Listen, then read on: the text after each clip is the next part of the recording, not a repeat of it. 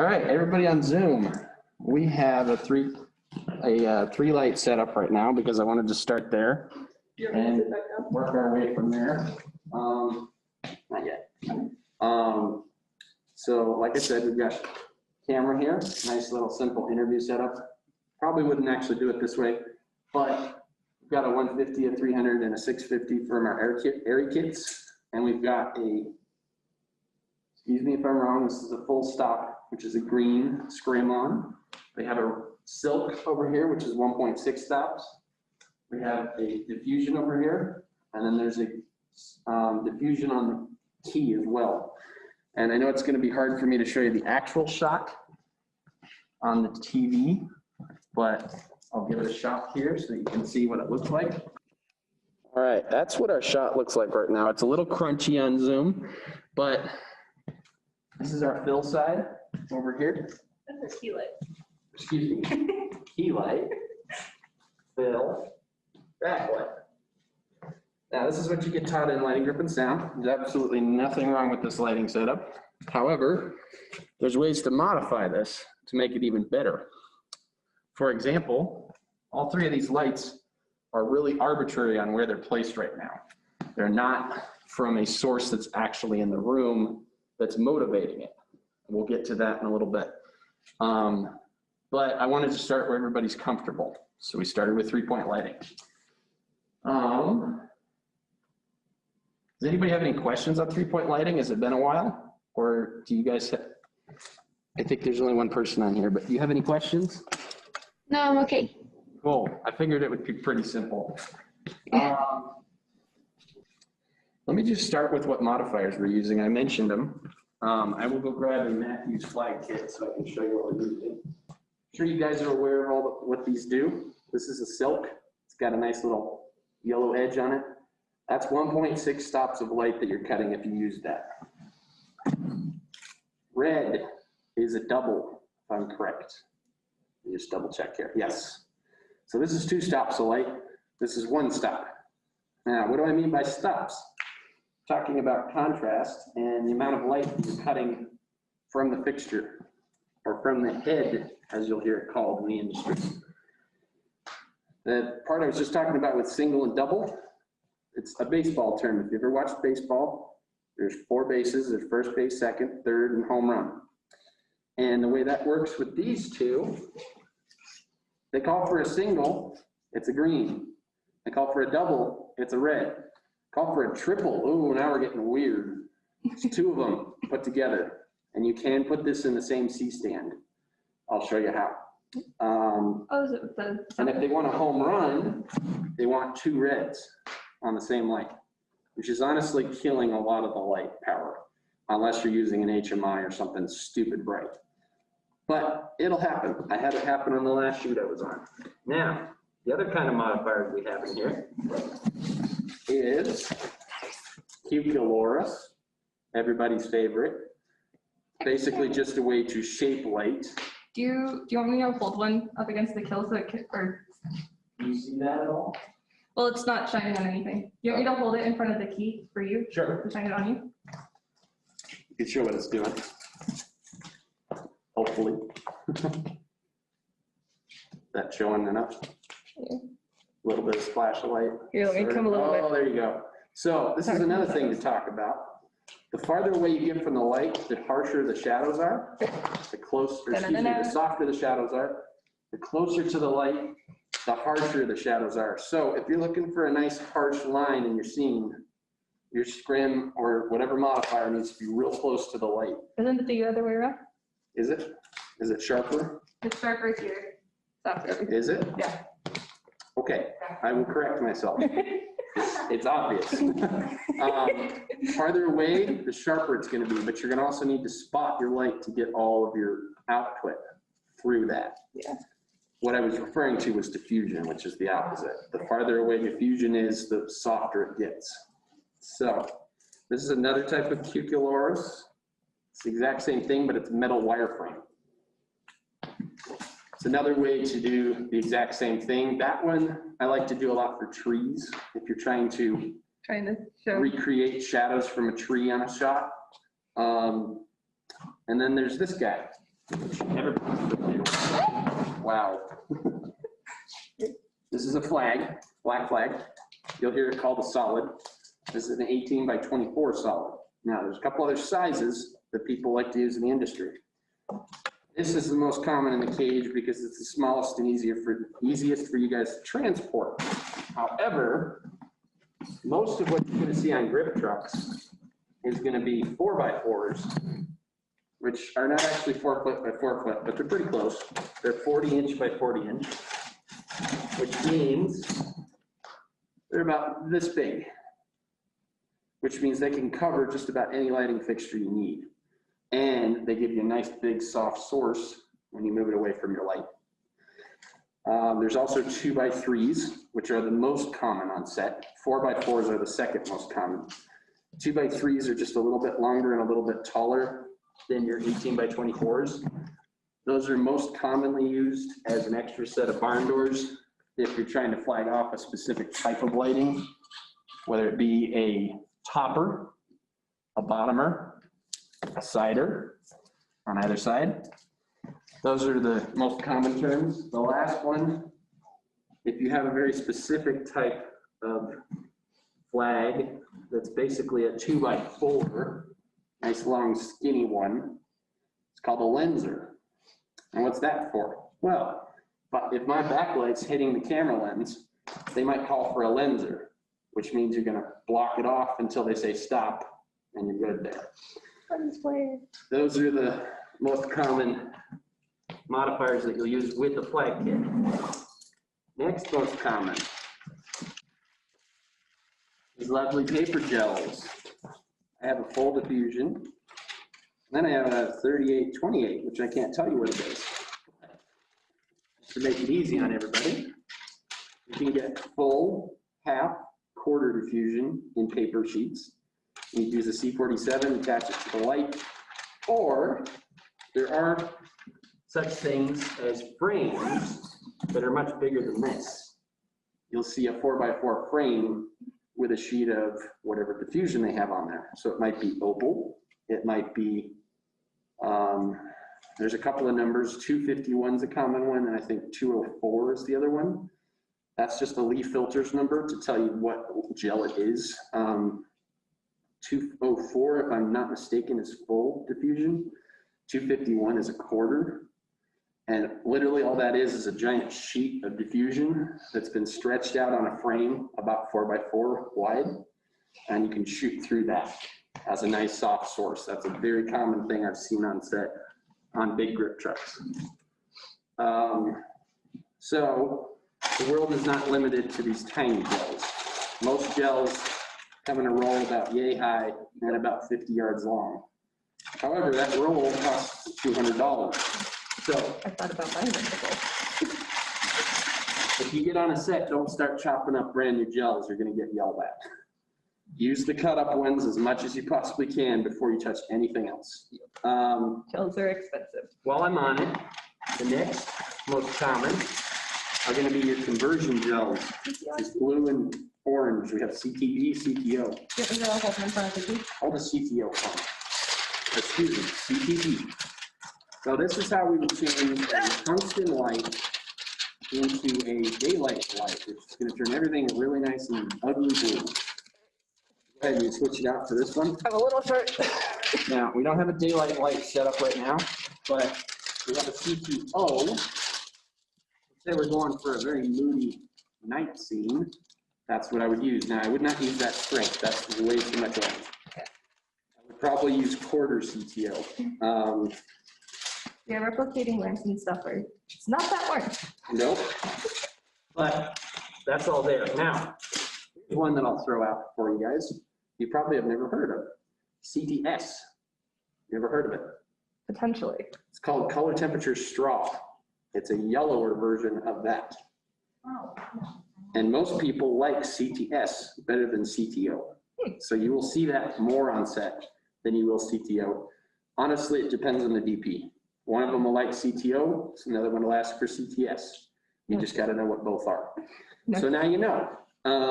I didn't know until I got on the last set I was on. I was like, what the heck is CTS? That's yourself. I need to get into few other types of modifiers. Everybody's probably familiar with cinefoil. Also expensive. This is basically aluminum foil that's been coated with a black covering so that it doesn't shine. You want to show them what that would be used for? Can I do it on film? You do it on the fill, and we'll move this. A little short. All right. Not that short. Well, short for the tea light. So let's say we're getting too much spill from that fill light on the background or something. You can flag it off and then tape it with some gaff tape. Or you can cut all of it if you want to, Yes. but that's kind of, You could cut, let's say you just wanted a sliver of that light, you could cut off 3/4 of it or half. yeah. So like if you just wanted a little bit like on your Right. front, If you just wanted it in front of me, like it's a window in front of me, that's a good way to do that. so like right about there. Yeah, something like that. Last but not least, I don't know if it's in this bag or the other. Here it is. We have what's called Duvetine. Duvetine is a very expensive black fabric that will let you do the exact same thing we just did with cinefoil on a large scale. So if you're trying to block out a window for a night shoot, and you're trying to shoot day for night, this is a great way to block out that window. It's also helpful sometimes if you want to create a skirt for a light. If you're shooting straight down, you can use this to make a skirt and gaff tape it around the light on a frame of some kind. That's the most common way to make a cheap softbox, especially for lights that don't have softboxes. They do make softboxes for the Aries. They're called Chimeras, and there's a few other brands. I will say, we do have a few in the cage, so if somebody wants that, let me know. Because we just got some from some other organization that's donated those kits, and it comes with a Chimera kit for the 650, which is pretty cool. Let me see what else I have in my cupboard. Oh, well, of course, there's always colored gels. I don't know that I have any actual colored gels in here. I've seen a purple in these kits Is there before. one in there? Well, that's the extras. So I don't know that we're gonna have it. I'll just mention. I mean, you can make purple like you want. Yes, you certainly could make purple. Most quick location gel kits that are 12-inch by 12-inch are gonna include CTO, CTB, diffusion, and then they'll also have a whole bunch of offers for colors in there. There'll be a green, a red. Don't know if there's a purple built in there. There is. The kit that I have has a purple. Okay. There should be a piece of cinefoil in there Mhm. for you to manipulate, but obviously that's gonna break pretty quickly. Yeah. There's like a net one. There's a like it's net, The shiny, there is, it's paper. that can be mimic the same as a scrim. And there's also an ND in there. Mhm. Now, I've never actually used that ND for what it's supposed to be for, but it's another form of diffusion. It's most commonly used on cameras. You can use it on a light. Never actually seen somebody do that. Yeah. I know I know I have some in, Did you? On a light? Yeah. Okay, We were shooting a night in the middle of the day in an apartment. okay, good to know. That's why it's in there, so you could do that. This is pretty much it for the modifiers. These are the tools of the trade, if you will. Now, the other tool that I will always say, if you're working with Fresnels, Fresnels, gloves, where's my hand? you will hate yourself if you come to set without gloves. You will burn yourself Yes, if you try touching the lights. multiple times. Also, you can break the lights. Yes, you Please can don't do break, that. you can break a bulb by touching it without a glove. That's because the oils in your finger are super sensitive to the bulb. The bulb is super sensitive to your oil on your skin. I will go over that in a minute because I'm actually going to show you how to change one of those bulbs. Ooh. I don't have a bulb with me, but I'll explain the process. So that if it happens in the future and everybody's certified enough that I trust you, I'll give you an extra bulb so that if it blows out, you don't lose that light for the set. They haven't been in the kits, but I'm going to change that. It's very kind of you. All right. Now that we've set up a few more lights, I'm going to go over kind of the history of lighting per se from what we have in the cage. There's a lot that I haven't mentioned that will be in a more comprehensive lighting history thing that I will probably do in the future. The farthest back is called, oh boy. It's a light we don't have in the cave because they were actually very bad for your skin. And I figured it out. I think it was called Arc something or other. They are super bright. They were daylight balanced, and they were very commonly used between 1900 and 1920. But we quickly learned that they were, if I'm right, the beam it outputs can technically give you skin cancer. So they decided to stop using that. The next most popular, of course, was Edison's tungsten bulb. And that became the standard for all these Fresnels that we have set up on here. That's a very old school, classic light that shows very well on skin tones. And that's why people like it so much. Now, after that, about the 70s or 80s, people decided that maybe we need something that doesn't get as hot and can work as if it was an office light. That's where the Kino Flow comes into the game. You guys are able to read the back of this, I doubt you are, but this is a Kino Flow Diva light. It's the most common of their setups from back in the day. They do make LED versions of this now. We do not have one currently, but I have plans to convert this into something else. As you can see, it's got a nice simple barn door setup here that just opens or closes. You will notice that there's a lot of spill on the sides. So you will probably have to use Cinefoil to block this off if it's in your shot. There's also what's called an egg crate on here. First, I'm going to take off what's called a gel holder, if you will. It's just a frame with some Velcro, and you could cut a gel to size and mount it on the light. That way you don't have to worry about C47s. The next part is called the egg crate. When I take this off, we'll see why it's on there. Oh, yes. This focuses the light. Now, I can't tell you exactly which egg crate this is because it's not marked. But my guess is this is at least a Egg 50 crate? degree. It's called an egg crate, just because of the style, Uh-huh. just like packaging. Now, what it does, I'll bring it closer to the camera so you guys can see what I'm talking about. That's an egg crate. Nice and thin, has a whole bunch of holes, and it's slightly angled in to give yourself less light being spilled all over and more focus on your subject. The thing that looks like a net is also a, There's another version, yes, and I'm going to go over that with the refill light in a little bit. This is a common way to focus a light that has a lot of flood without a flood spot setting, because obviously these tubes don't have that. yeah. Now, we can change the dim on this. It doesn't go all the way down like the LEDs do, but it does go down to, I'd say, 10%. Then you can go all the way up to 100. I won't blind people. I'll turn it back down. Another thing we can do, now that we're in dim mode, you'll be able to see this. I can cut 2 bulbs or use all 4 bulbs. So if I need a light that's half as powerful, I can do that with a flip of a switch instead of having to actually take it out of the fixture. Now, another important part with this, sorry, I keep on looking right as you do. that's It's not your just fault. the 2 bulbs, by the way. This is a daylight balanced Kino Flow. We have tungstens in the cage. However, the most powerful ones we have are 400 watts, and we have 2 of them. We have 1 kit that has 2 of these in it. The rest of them are 200 watt flavors of it. I'll explain that in a second. This is on a ball mount, so I can literally mount this however I need to, which is nice and handy. Now, I will say, please don't over tighten this, because this is a rather fragile ball head.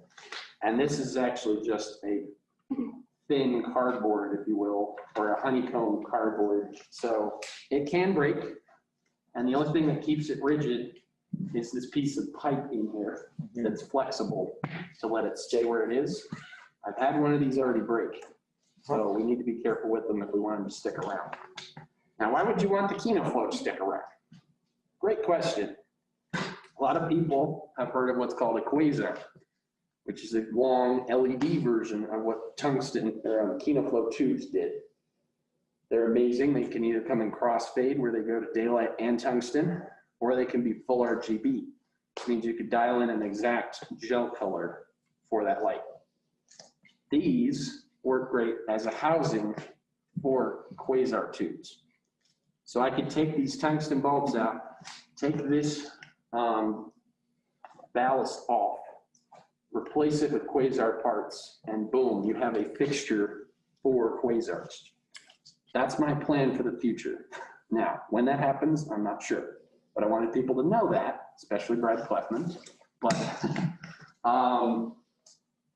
so these are not outdated. These still have a purpose. I know a few people have checked them out, but I want more people to use them because this is a perfect use for an office type of film. So The Office is the classic example. I bet you they had KinoFlows hanging from the ceiling to give color accurate color when they were shooting that whole series, because this is an excellent way to mimic the nasty fluorescence of an office. When you have artifacts on your image, you know, like those like bands, it is because the quality of the light, or is because of your camera? So are you referring to what it looks like on the laptop right now? If I do this, that purple? Kind of, but you know, like, especially in black, in dark areas, you have like little like waves. That is probably the lens and the quality of the camera. Oh, However, it may also be because you're getting just the tiniest bit of spill from the light. So it's all in the refractive technology of the lens, but good question. We're gonna move on in time a little bit to the lull, which is another light that hasn't been used as much and has a very good purpose. So I'm gonna turn that on. I understand their purpose. Doesn't mean I want to. Ariana, you wanna plug in the lull and unplug this one? I'm serious. The low lights have it on for me.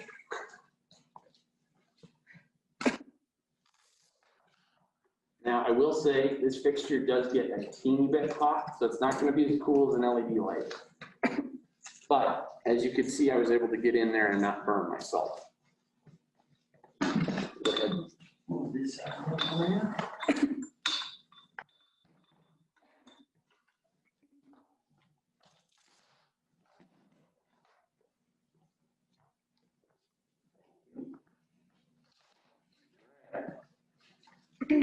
Now, I mentioned tungsten. ARRI is not the only maker of tungsten lights.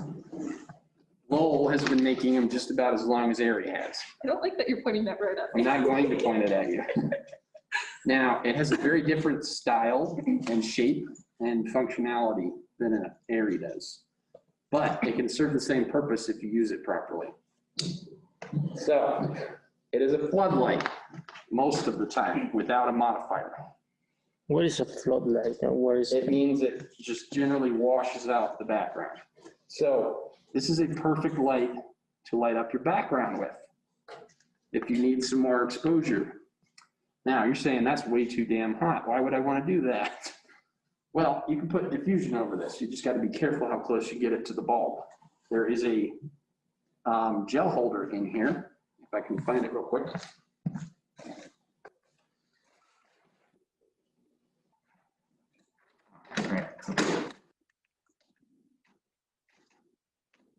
Something that I don't think hardly anybody knows about. There's an actual gel frame holder in the kit that has this nice little arm on it. And what we can do with that arm, I can remember the mounting point. I think it's over here on the Omnis. You put this, see what I'm doing? Yeah, I see where it is, I think. Okay, can you guide me? Yeah. Is it able to go in? Okay. You can mount this, and if it's mounted properly, I think this means that it needs to rotate.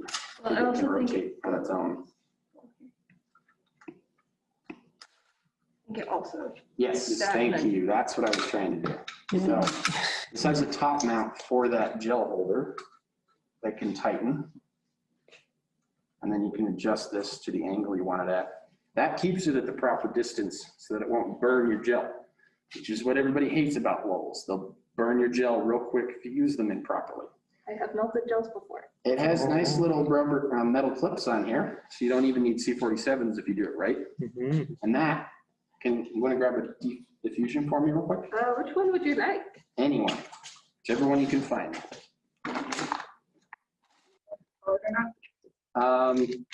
Well, let's do actual true diffusion. Get out of there. Whichever one's not used.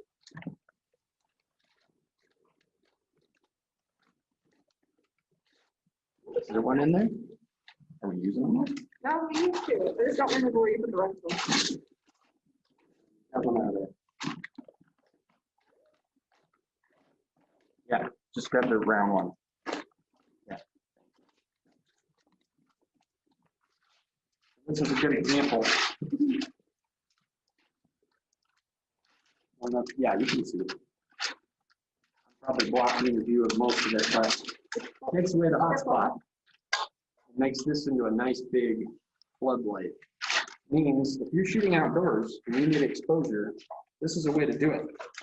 This is a 500 watt light. The Omnis are 500 watts. DPs are 1 case. Then there's a Toda, which is another version of the 500 that I'll introduce at some point. And there's a smaller light that's more like a 150 or a 300 that mimics the ARRI 150. So this is 500 and the DP is 1000. 1000. And the way I've broken these out in kits is that you can get 2 Omnis, 3 Omnis, 3 DPs. I think there's a 2 DP light kit, and then there's one that's got a little bit of everything in it. It's got a Toda, it's got an Omni, it's got a DP. And then the third one I think is called, oh gosh, it's a tiny little one and it's got a circular piece on it. And it only takes like a 300 watt bulb, but it's nice for little splashes. Now, you could also use this with any gel. So you could make this a blue light. You could make this an orange light. You could make this green if you were shooting something from the 50s. There's a blue. Yeah. It's kind of hard to tell on the Zoom camera. So it's a versatile light. Now, the other control that I can show you, because it is a little bit of control, is you can spot and flood this. So you might be able to see it on the background, I'm not sure. Oh, well. You see that? So that's flood, that's spot. Not much, but it does spot it a lot more into the center and give you a little more control over where it's going. Now, for an outdoor shoot, let's say I'm shooting a house, I could fill the house with exposure if I needed to. And I could send this up on, say, a large combo stand and act like it's a street light. Or I could double blue it and make it moonlight. Any light can be a moonlight if it's used properly. All right. So that's the Lowell's. Now, the third thing that I can mention, Lowell's can become softboxes if you use them properly. All our Lowell kits, to one extent or another, have what's called an umbrella. This is basically a fancy diffusion umbrella, which works perfectly for interviews, or just a nice soft light if you don't need as much punch as this light is capable of. It attaches to the same spot that this gel holder does. So, yeah. Wow. Now, there is also one other thing. Lowell knows that this is a spotlight and that you may not want it to spill everywhere. So there is a fancy French flag that you can attach in the same spot and flag off part of it if you wanted to. You gotta loosen it. There's a knob. You can't see it from that side. Yeah, keep my game playing. Go ahead and hold it. Sad. Go ahead and take it out. You You can can't stick maneuver. this arm in here. I believe there might be another mounting point for this, but we'll go with this for now. You can attach this on here. And then you can manipulate this however you need it to be so that you can flag off an area. So those are all in the kits. I can't guarantee that every light has it, but there's at least one in every kit. It's pretty cool little light. Yep. And like I said, the reason people don't like to use it is because it gets hot. Well, I got news for you. Most of the stuff that's used in the industry is hot. Okay. Just start bringing gloves to set. LEDs are not the end of the world. Also, fair warning though, there are some lights that get very hot that if you're not careful, even with gloves, you can kind of hurt your hand. Yes. Is it So- true that this can explode like the tungsten? Correct. Yeah. It still has a tungsten bulb in it. Oh, really? So it's a different style of tungsten bulb, but it's the same. Hmm. See? Uh-huh. Can you see behind the scrim and everything? I'll bring it close to camera so everybody online can see. Yes, I have And had like re-aim. notes because someone. It's really dark. I don't think they can see it. You know what? I mean, There's a solution to every problem. also flashlight. Yes.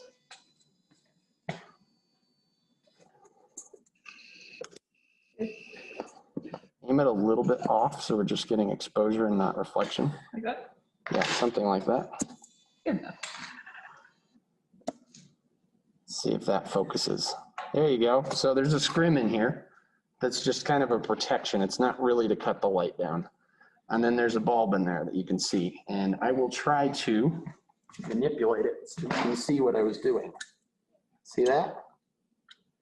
It's just a teeny bit of back and forward motion instead of a cranking motion that the Airy does. Mhm. So, like several other people have mentioned, this light's gonna take at least 15 minutes to cool down at the end of the day. So it's one of the first ones you're gonna wanna turn off when you're on set. Same goes for the Kinoflows, they're gonna want a little while. The one that takes the longest is gonna be the HMI, which I will mention in a second. Yes, I have had, there was a time in LDS where someone touched one of those bulbs and it melted while we were shooting. Well, once you start breaking out the cobalt, it's in that junk case. I was trying to remember where it was. We can help you around a little bit.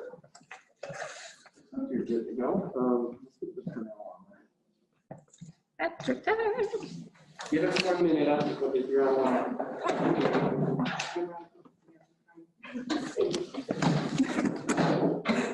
I may not be able to pull it outside. No. Like you grab that side over there and Here. Thanks.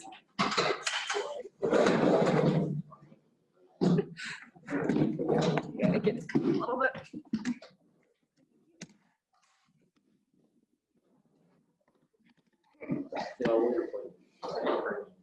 Let's not break things.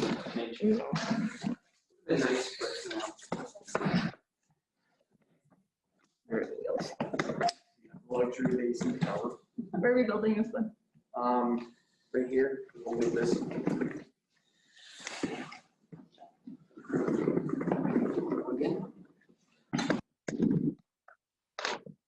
This way. there's the cobalt. This is the, Oh. Forgot that Yeah, I turns on. forgot that it's. All right, I'm gonna zoom out for you guys, so you can see what we're doing.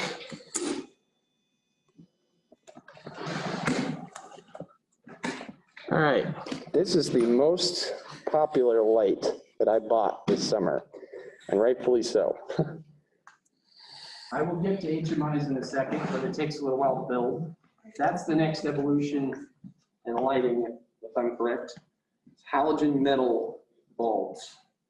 And those were used to simulate daylight. So you had your tungsten for indoors and for 3200 Kelvin lights. And then you had your daylight lights, which is halogen metal bulbs that actually have a really weird green and purple shift until they get up to temperature. But when they are at temperature, about 5 minutes after you turn the light on, they're at a perfect 6000 or 6500 Kelvin, depending on which bulb you're using. After that came the LED world, which everybody loves because they don't get hot. That's a understatement in some cases because some LEDs do get hot, but I wouldn't say that they're gonna burn your hand. They're just gonna feel really warm to the touch, which of course is the better alternative and the future of lighting for film and TV and for photo and for home lighting. Now, this is the Aperture 300D Mark II. It's a Fresnel style LED. And what do I mean by that? Well, I'm going to turn it off here for a second and show you why it is that way. Most LEDs that people are used to have multiple fixtures, which means that you're using an array of tiny LEDs. An LED is a light emitting diode. This has one central single chip LED. I don't know how well you guys can see that. That might be in the light. Yep. So let me zoom in again so you guys can see what I'm talking about.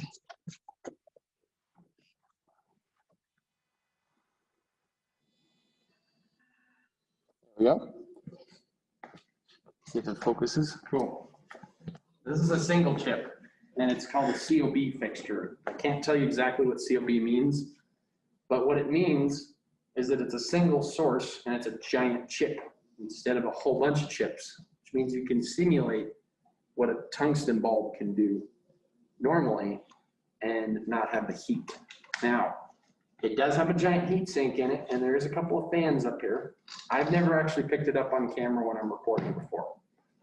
Put it right next to the camera, might have an issue, but I don't know many people that like to light their scenes that way. Now, the next part is going to be the modifiers for it. This has what's called a Bowings mount on it. So there's 3 pins that you would insert your modifier into and lock in. It's from the photo world, but it's becoming a popular thing with YouTubers. So I have a feeling it'll creep its way into the film industry. This is what's called a Fresnel attachment for it. Now, if you see, it's a lot like the lens on an Arri light. You'd be correct. It is literally a Fresnel attachment for this light. I'm going to go ahead and attach that. Just means lining it up and twisting. You hear that lock, that means it's in. I also have another modifier on here, which is the barn doors, because I don't like to put a Fresnel on without barn doors. It just doesn't make any sense. I'm going to go ahead and strike it again, but I'm not going to aim it at the camera. This light, that's at 20%, folks. I'm going to go to 100%. Oh, sweet. And I'm going to light it up on the background and change the shot so that you can see just how much of the room filled with light with this one tiny little LED fixture.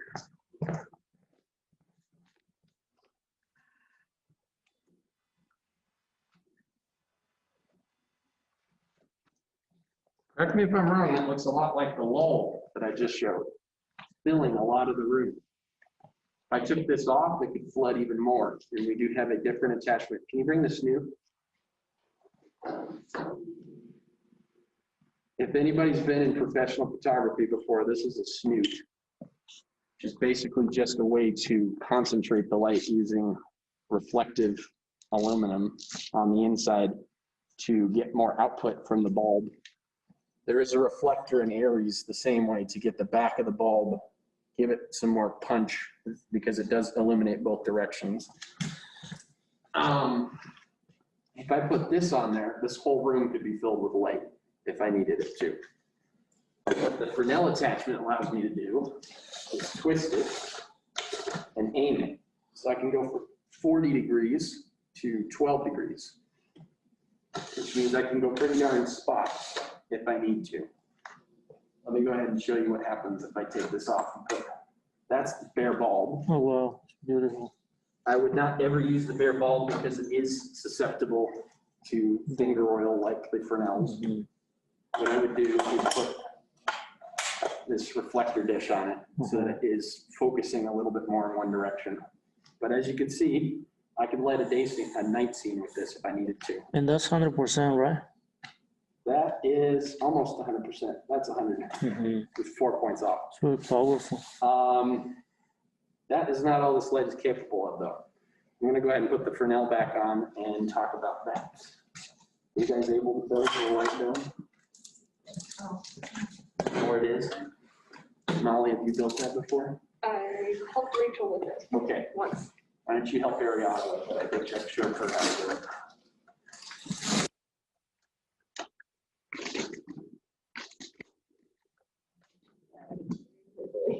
Now, this light does not stop there. Aperture got really smart and added effects. So if you hold down one of these buttons, you can go through a whole myriad of effects. Oh, wow. There's a whole bunch, and a couple of them are triggered. Now, I will go through and tell you what each of them are. I won't play with all of them on camera. You're Television. welcome to come up to the page to learn those. Start with TV. Now, with each effect, you can change your intensity by pressing, I believe, the, hold on. If you hit the channel button or the intensity, you can change the effect's brightness. So you can custom fit whatever you need it to be in the shot. And then if you hit frequency, you change how often it happens or changes. So for a TV, I don't know that it's going to be super easy to see on screen right now, but it's changing its brightness by about 10%, brighter or less, so that you can mimic the changing of scenes on a television without actually having a television on. Then we have what's called pulsing, which is a popular one. This could be easily used for a car shoot. Let's say you're doing a stationary car shoot and you're acting like it's moving, so you're using green screen or blue screen or rear projection. You could use this to simulate street lights, and you could always gel it to make it a nice street light color. You can change the frequency on that all the way from 10 down to 1. So if you're going real fast, or if you want it going super slow, you can do that. Then we have strobe, which everybody knows what a strobe's for. It's a paparazzi. There is an actual paparazzi one in here. There's also an explosion effect. So if you're doing a war movie, Oh, you can do that. nuclear bomb. You can also do what's called paparazzi, which we all know what a paparazzi is. If you have somebody who's followed around by a bunch of photographers. There is also a fireworks one, which will change it intermittently, decreasing, increasing by the frequency, about how many fireworks you want it to set off. You got really creative. You could also switch out colors to manipulate it. But this would give you the proper exposure, and you need to do something else in post if you wanted to. Faulty bulb. What I like to say for this is, if you're filming a sci-fi and you need a bulb intermittently cut out, this is perfect for that. Glitch. Lightning. It will tell you how many after flashes happen based on your frequency. So if I just want 3, there you go. And you can trigger it by just pressing the button. There's a couple that will say trigger, and you'll know that to do that. Then we're back to TV. All of those are built into the light, and they're completely customizable. You're welcome to come up to the page and mess with them as much as you want, because I know people are going to like this. Then you go back to our normal mode. You just hold down the effects button, and we come back to it. So I will try to zoom in on the controller so you can see some of the buttons. And I'll just leave it there for a little bit.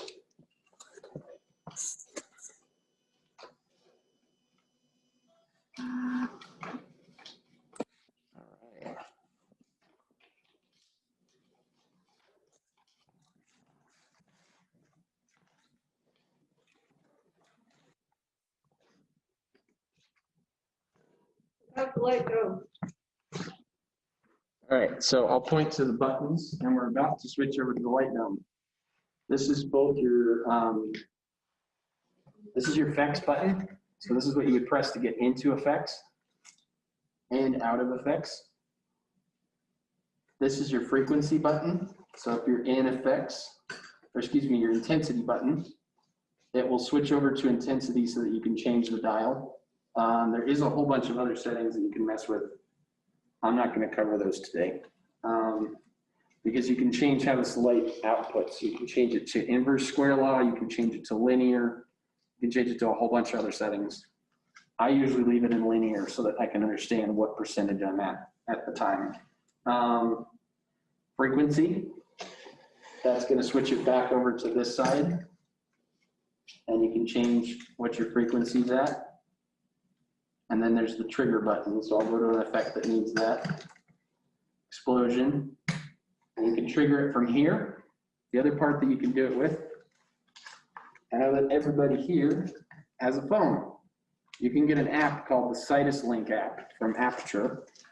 It will be able to completely wirelessly control this light and all of their other lights. So if you own any other Aperture lights, it can be used in sync to control color temperature, intensity, effects, all of that straight from the app. So if you use multiples of these, I do plan on buying more Aperture lights, you can do that.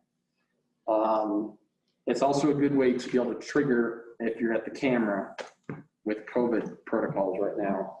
You can say, okay, now's my cue, boom, lightning, or whatever it is that you need. That covers the controls. I'm gonna zoom out and we're gonna put on what's called the light dome, which makes this light even more versatile. All right, let's go.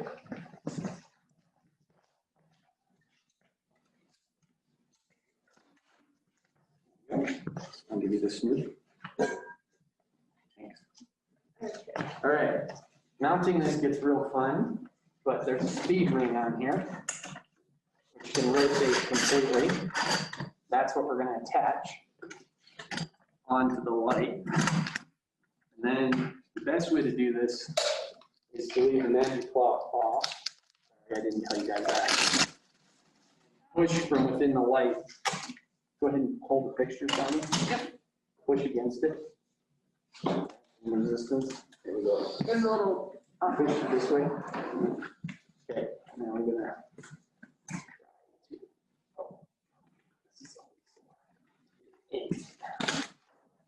Oh, you're not pushing.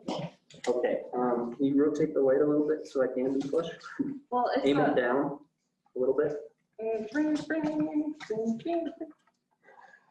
Where's the light? Good? There we go. All right. Now, There you go. there we go. Did it click? Yeah, I heard it click. Okay. No, it didn't. No, I didn't think so. I heard it click, but I didn't actually. There we go. Now, let's flip it towards the camera. So ready. Do some nice. Sorry. I'll show you guys what I was just doing. This metal ring on the inner portion is what I was actually pushing on, not touching the fixture, and rotating. You can't see that.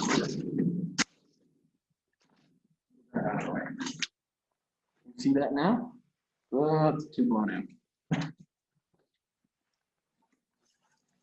There we go.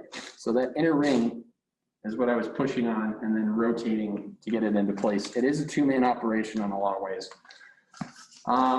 Then we're gonna do a magic cloth.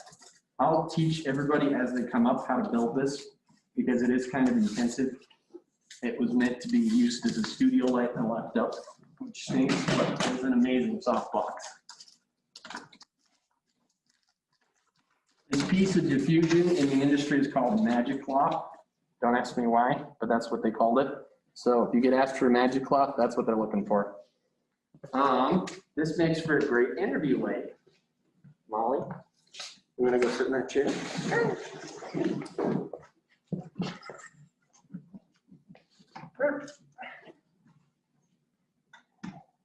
This is obviously too frontal, but I'm gonna live with it. Did we unplug? There we go. Oh, I'm in effects mode. Right. Turn it down for you. Yeah, that's a little right.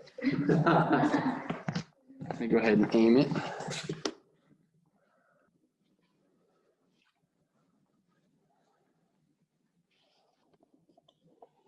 At the TV.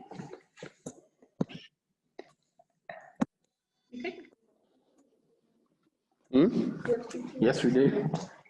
Although I have a feeling the aperture's overpowering the 650 a little bit.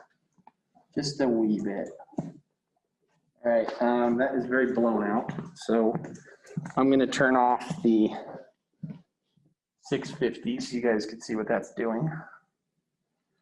It's really hard to tell on the TV right now because it's blowing it out, but bring it down so that maybe you can see. Oh no, that's too underexposed. Anyway, I promise this is a very nice soft source and you can always back this up. So if you're doing interviews, this is a nice way to do that, to light your main subject. Or if you're just looking for a really soft key light in a drama, you can do that. That's it for the aperture. Let's go over the big boy that everybody wants to talk about. So this light, when you bought this light, it came with all these accessories? Or So all the accessories are separate on the checkout because we only have 2 of each. We have 2 light domes, 2 Fresnels, and 2 barn door attachments, all right. which is a great question to ask. So you need to make sure that you know what kind of setup you want to use with the aperture because you may not be able to get both on the same checkout. Did everybody online hear that too? Yeah. Great, cool. Just so that you guys know you can't get both. I wish I had enough for all 3 lights so that you could do both. But for right now, that's how it is. So.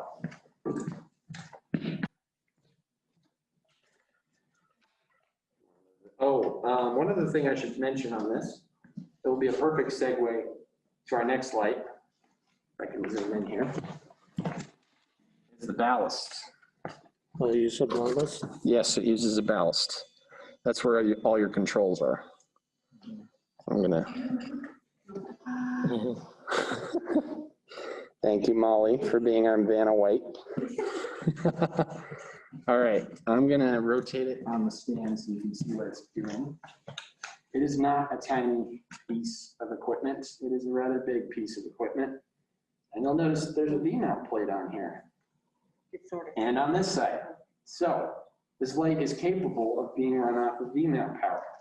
Now, it draws 300 watts. So I would expect it to drain a full V-mount, a big 146 watt, pretty darn quickly. But if you put 2 of them on here and you have no access to power and you need an outdoor shot, this is your light. It can do it. I would not say it's gonna last more than half your shoot day on 2 V-mounts though. So you're gonna need probably 4 of them to be able to run this all day. But it is an option. The reason I mentioned the ballast, this is the cable that's getting plugged up into the light itself. And there's a cable here going out to the wall. This little box is doing a lot of electrical magic, changing the circuit from the wall to what the light needs because this is such a high output light. It outputs roughly the same as a 1K. I haven't actually measured it, but that's my guess because I've used a couple of 1K tungstens before. That is a perfect segue to the HMI because the HMI also has a ballast. Molly, you want to go zoom out the camera for me? If I can figure it out, yeah.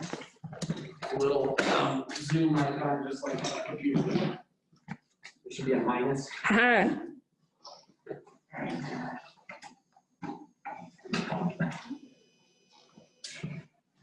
don't know how zoomed out you want it. Well, you're pretty darn good at it now. All right. Now, this is on a tiny stand. This is not how I would actually use it. However, the big combos were being checked out this weekend, so I'm going to show you how, and then you can apply it to the correct stand. Go ahead and lift this up.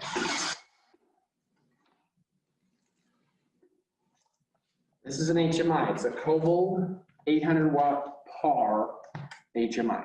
Now the PAR part is hard to explain without the actual part, but what it means is this whole piece on top can come off and be used as more of a snoot for theater lighting. Most people don't use it for that. But it's capable of that. So I wanted to mention it. Now, we just mentioned a ballast. That's what this dude is doing. This is converting the power from the wall, which it looks like we need to plug in. You want to do that for me?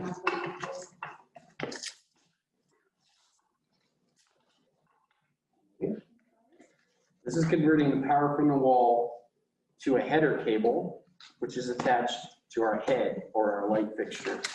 Like I said, there's a few terms that you'll probably learn in here that will serve you when you get out of here. Best way to explain this, Do you want me to zoom in on it? yes, if you could.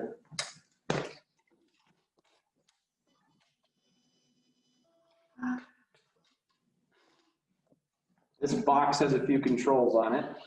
I will say that these cables are twist lock in, so they only fit one direction, and they're keyed. So there's a specific cutout on the circle that will help you put it in for both your power and your header cable.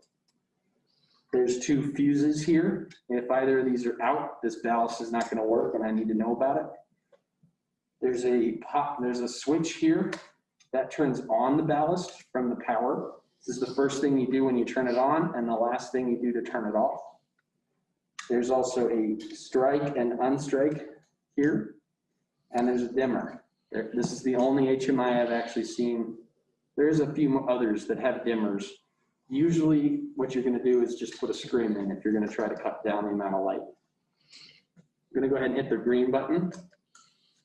That fires our HMI. If I wanted to unstrike it, I would hit this red button right there. Now, like I said, this is a dimmer. Well, I'm going to turn it all the way up for now and let it get up to temperature. Go ahead and zoom back out. And this is one of the lights that you don't want to turn on and off. Correct. HMIs are extremely sensitive to the amount of heat that you're introducing, and particularly when you start up or strike the light. So this is what's called a hot strike capable light. Not all HMIs are hot strikeable, which means you may have to wait up to 15 minutes before you restart the light. So if this is set up for a shoot and you have it on for an hour, 2 hours, 3 hours, 4 hours, give it a 15-minute cool down time before you officially restrike it for your next shot.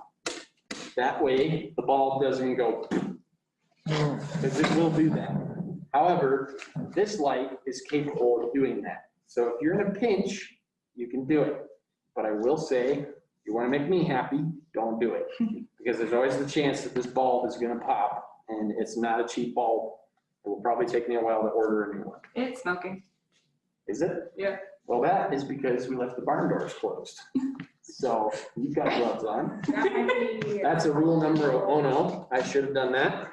Don't leave barn doors open with an HMI. It can literally burn the barn doors. Yes. Don't leave them closed. Let it breathe. Now, Oh, and there's like gunk on these barn doors. that's Yeah, There's also some stuff right possible. there. The other difference between this and any other light in the cage, you want to go zoom again. I have what's called lenses. We've mentioned it with the Fresnel lens. This has 4 different types of lenses. Oh. I'll show you what it looks like from the top. Got 4 different colors here. It's probably hard to see the black, but there's a blue, black, white, and red. Those are all color coded to what lens you're pulling out. So this is what's called a super wide. It's got no stippling on it, which I'll show what stippling is in just a second. This will give you the widest throw as far as making a flood shot for outdoors. The next lens in the kit is the black one. It's going to be your medium wide. You'll notice there's some stippling going on there. It's little dots, kind of like a beehive, if you will. That gives you a little more of a spotty shot, but it's still pretty wide. This is called a medium spot, I believe. And it's got a whole bunch of stippling on it. This is fairly spotty, but it's not unbelievably spotty. This is your super spot, which has all kinds of stippling on it. And it's got a red handle. This is the way I like you guys to put it back in the kit, is blue, black, white, red. But the easiest way to tell is how much stippling is on the lens and decrease it or increase it, whichever direction we're going. I'm gonna put the super spot in just so we get the most output. And this should live on your stand at all times, so that if your gaffer says, hey, I need you to put the medium wide in there, I could say, cool, put it in. Now, how do we put it in? Well, there's this little clip up here. I think I got it. Most HMIs, you will see this clip always up if it's outdoors, because it makes it easy to pop in a lens and pop out a lens. Now, this handle is nice, but once this is in the light for an hour, you're gonna want a glove. It'll be fine for me to put it in right now, but when I take it back out, I'm gonna want a pair of gloves. Now, I did say that not all lights have a spot flood if it's an HMI. This one does. So you can use this to your advantage as well as the lens. The lens is the most helpful, but that extra little bit of punch, you can spot it all the way as well, which is nice and handy. So here, I'll show it. Yeah. The camera, nice and wide. In fact, it's a little bit wider than the aperture was. That's your spot. This is with the super spot lens in there. So this is what I would use if I was closing down the barn doors, shooting through a window, creating moonlight.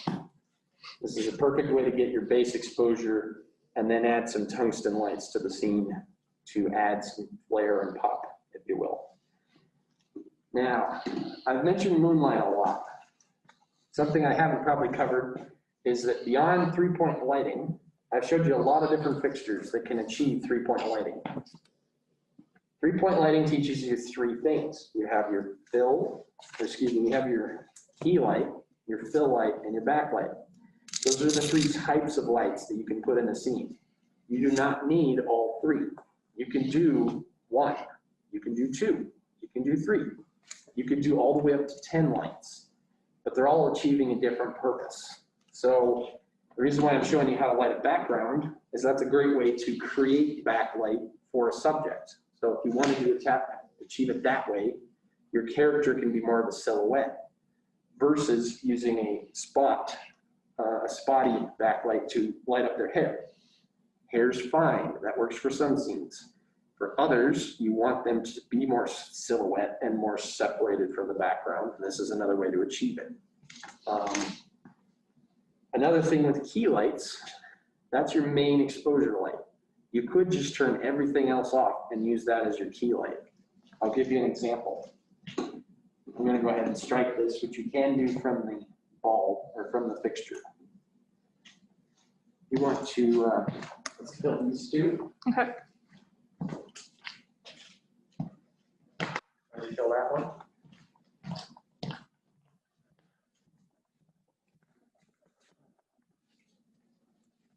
You want to sit down for me?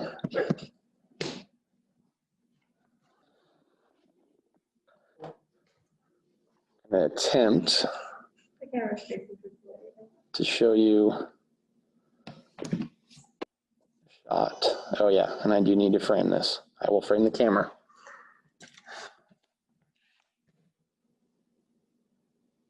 This is a very moody shot because I'm only using one light. That can sometimes be desirable where you're shooting a drama like The Godfather. A lot of their shots were used with maybe two lights where they had a background light and they had a foreground light. So they were lighting their subject. And Molly, if you could do me a favor, come to about there. I'm going to try to adjust camera. And then go ahead and look at camera. That's a very sidey light, which is the way they achieve that really high 4:1 contrast ratio. So they let the whole half of the face go dark, and this side was nice and pretty. Now, that's also achieved with a softbox, but they chose not to use a fill.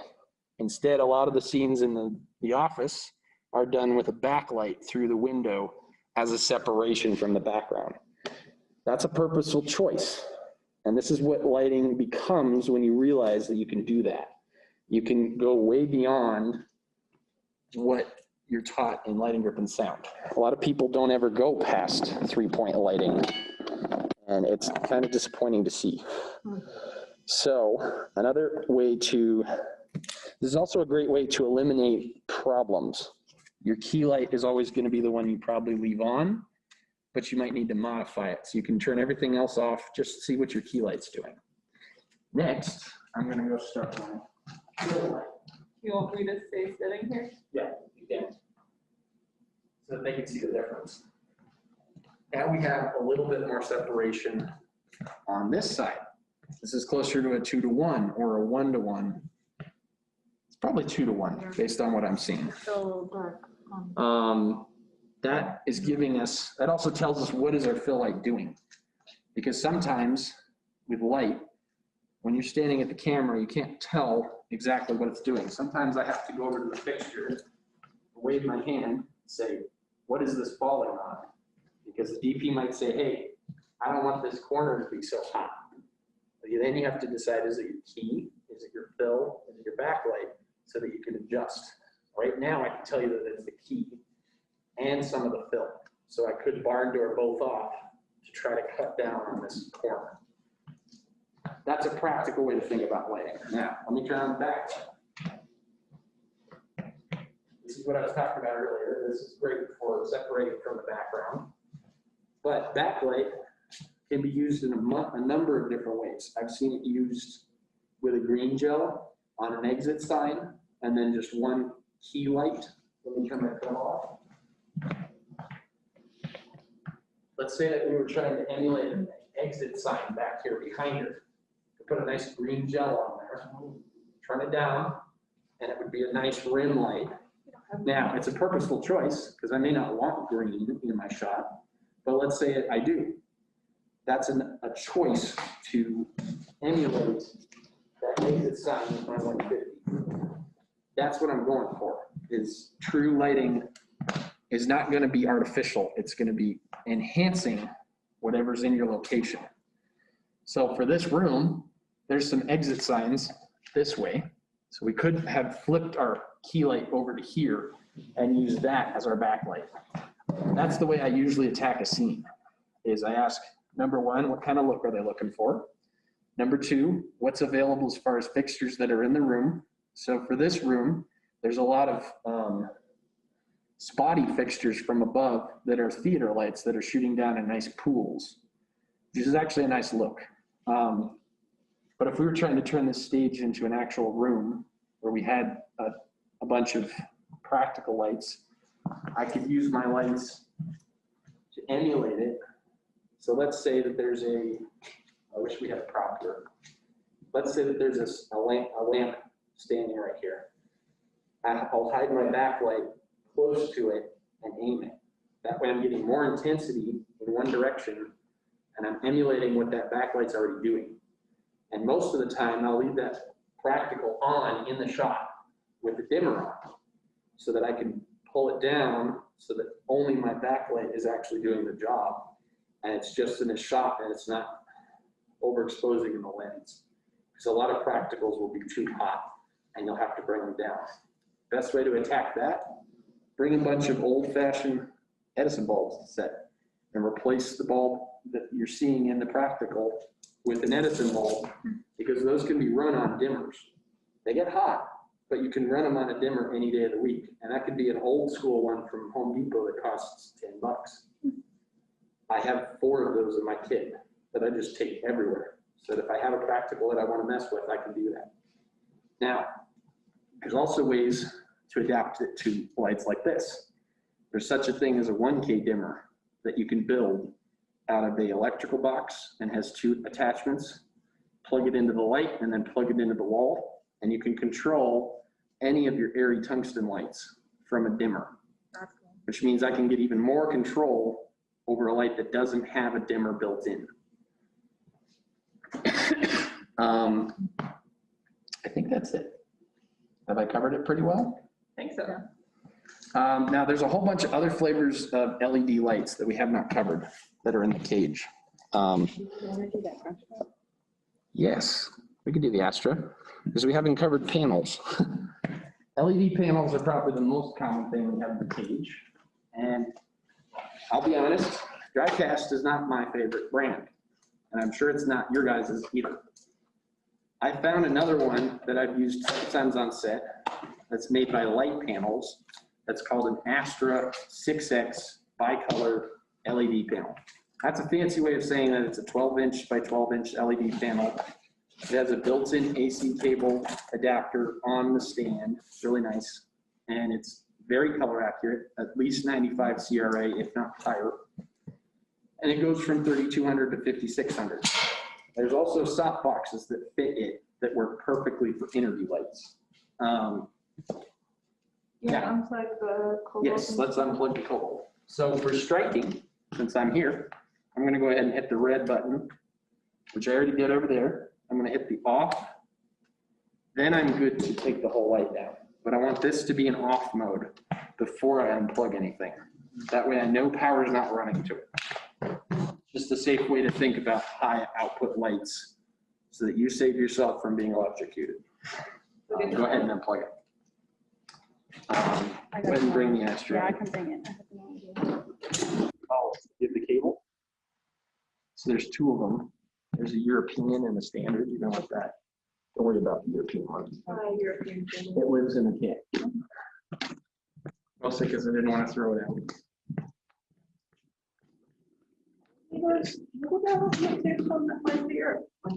Yeah, maybe. We'll see. Anyway, so this is the Astra 6X.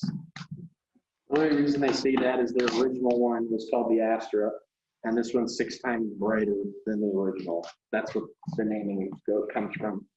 Now, you can see this. This looks like an XLR cable.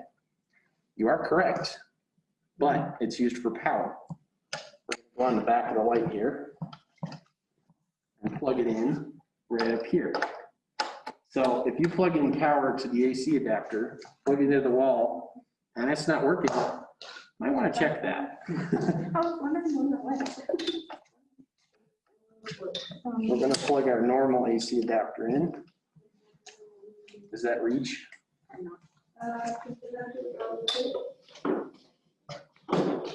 Oh boy. No, is there a stinger in here? There is a stinger. We're using a 25 foot. Grab a 10 foot. Pardon us for one moment for technical issues. This.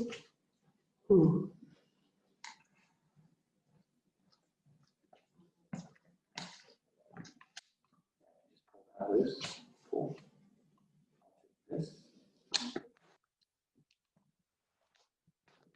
All right. Go ahead and fire it up. The power button. This is our intensity. Here's our bicolor. So I'll start with 3,200. You want me to sit in the chair again? No, you're good. Okay. I think I'm just going to show briefly because it is 11:30. So I'll dim it all the way down. This is a good example of how it can expose a background. You could also use it as your key light for an interview. My problem with LED panels is they don't look like any other type of light. They're just a nice soft fill light. So that's what it usually gets used for if I'm using it on set. I'll replace a 300 with an LED panel if I'm worried about space or if I'm worried about heat. But they are nice for exposure or for background. They're not my main light. And that's something that I've noticed a lot is people use the big 2K DryCast light as their key light. And in my opinion, that's just a nice soft fill light rather than a key light.